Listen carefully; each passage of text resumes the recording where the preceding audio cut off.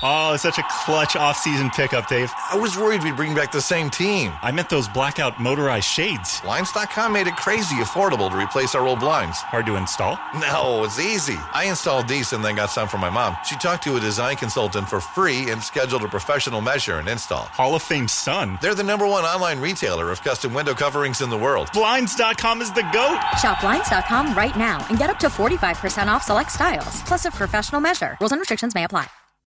This episode is brought to you by Indeed. When your computer breaks, you don't wait for it to magically start working again.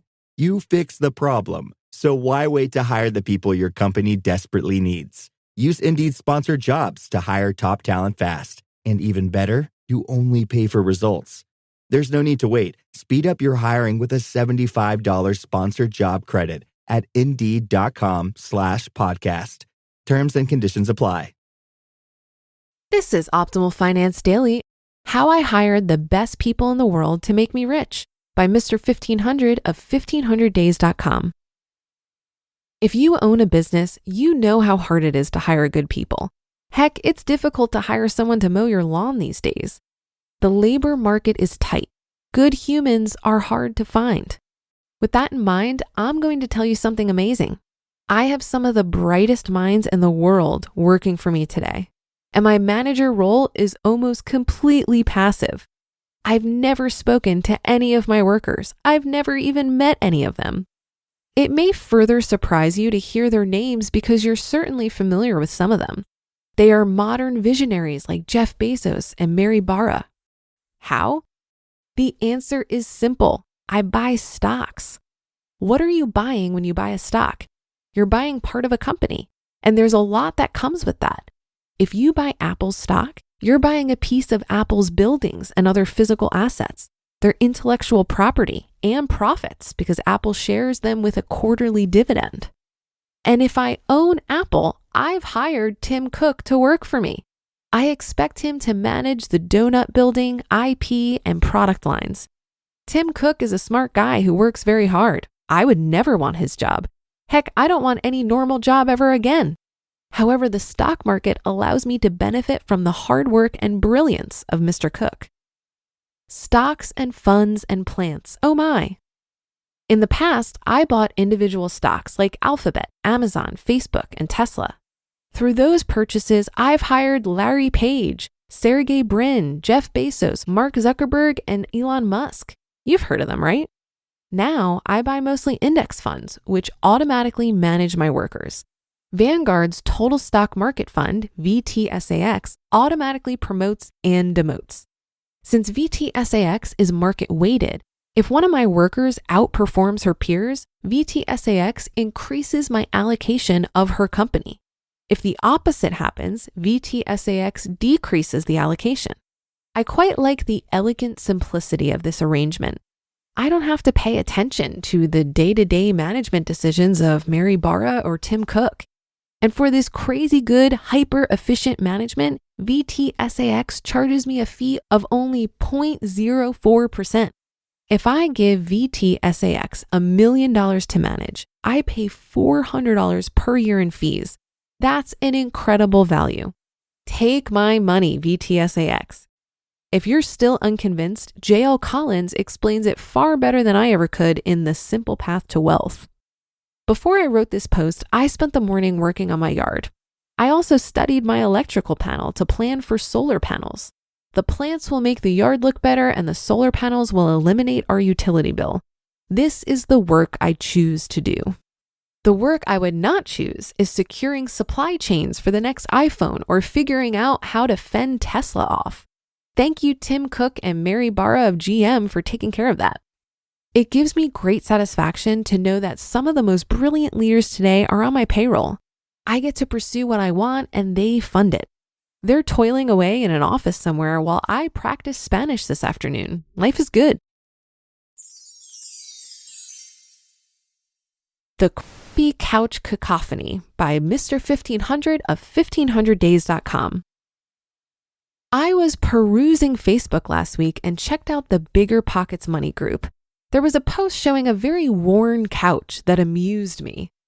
Quote, I'm a millionaire. This is my sofa because I would rather invest my bonus than buy a new one. I might have a problem. End quote. Predictably, the comments were all over the spectrum. Many did not appreciate the well-worn piece of furniture. Treat yourself, laugh out loud. You don't have a problem, but I'm sure everyone that sits on it will. Yeah, man, buy a new sofa. Dude, go buy a new couch. Others were more supportive. Dude, throw a decorative blanket over it and call it a day. I can barely see the duct tape job. Good work. It's got character. This one cracked me up. The padding on mine seems to have disappeared. Pool noodles to the rescue. Finally, this one provided some food for thought. Quote, it's a common problem many high savers have. The problem is that some view money as a treasure and not a tool. Some value the game of investing and saving more than what it can do for them. There is more to life than saving and investing. Live a little and buy a new couch, or at least get the old one reupholstered. Couch cacophony. I have some thoughts on this situation. Choose your adventure. Situation 1. You aren't financially independent yet. F.I.R.E has a load of value. Once you're F.I.R.E, life changes. My new boss is a jerk? Quit. I discovered a new passion for basket weaving and I don't have time for it with my job? Quit. My father is sick and I need to take care of him? Quit. I want to study Spanish and Mexico City is very nice and cheap? Quit. Then move to Mexico City. The value of F.I.R.E is that it gives you options. F.I.R.E allows for life pivots. You don't like your life? Great. Choose a new adventure. There's infinite value in freedom. And if you aren't F.I.R.E yet, I strongly encourage you to live with your couches, cars, or phones. Situation number 2, you're financially independent. The situation gets a little trickier here, but the first rule is easy. Don't do anything that would jeopardize your F.I.R.E status. This isn't difficult to understand. If your annual spend is $40,000 and you plan to live by the 4% rule, if you have $1 million saved up, don't buy a helicopter. After you accumulate more money, it's okay to let loose a little. I did this when I bought a fancy car, but you have to be careful here too. I thought the NSX would bring me happiness, and it didn't, at least not the car itself.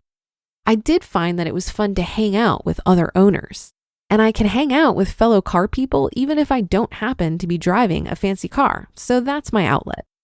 I get the fun of talking to like-minded humans without the hassle of the car. The NSX went to a new owner. After basic needs are taken care of, no matter how much money you have, it's still a valid exercise to practice mindful spending and restraint. A recent trip reminded me of the importance of the latter point. Being in a hotel, we ate at restaurants every day. This quickly gets old and the appreciation for the experience goes out the window. The first time, it feels pretty great. By the 5th meal, you feel bad. So what should Mr. Couch do? My thought is that he should do whatever the hell he wants. If I was in this situation, I'd probably keep the duct tape monstrosity too. As long as the thing is comfortable, who cares? If people judge him based on the state of the furniture, those people can go find friends with nicer couches. But I wouldn't judge someone with nice furniture either. If your F.I.R.E house is in order and a $5,000 couch gives you joy, go buy it. Perhaps my main takeaway from this exercise is to not be judgmental. I've been guilty of this in the past, and my thought now is this. Who am I to judge another human's choices? Their choices are accumulation of decades of experience that I have no knowledge of. You just listened to the post titled, How I Hired the Best People in the World to Make Me Rich, and the Couch Cacophony, both by Mr. 1500 of 1500days.com. You sign up for something, forget about it after the trial period ends, then you're charged month after month after month. The subscriptions are there, but you're not using them.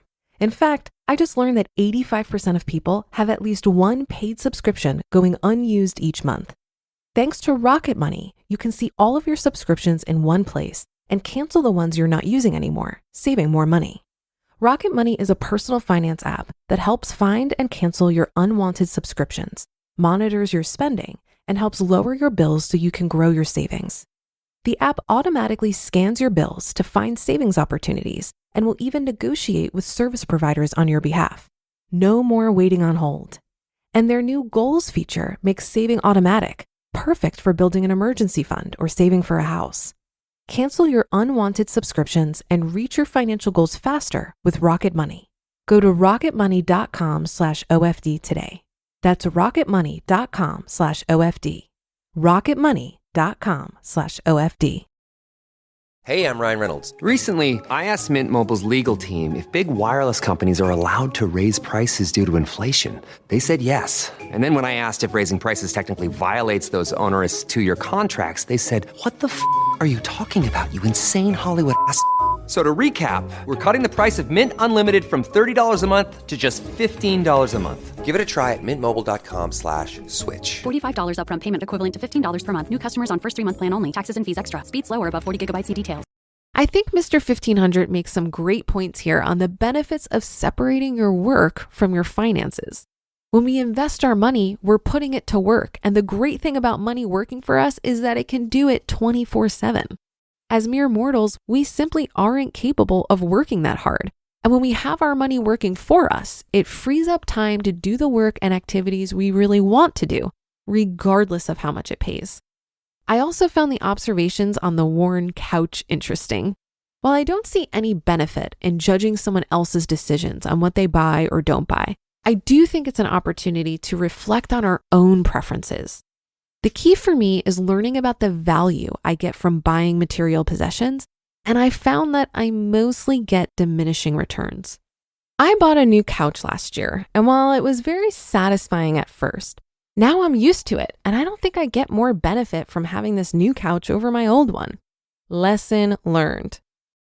That'll do it for another edition of Optimal Finance Daily. Thank you for continuing to listen. Have a great start to your weekend, and I'll see you tomorrow where your optimal life awaits.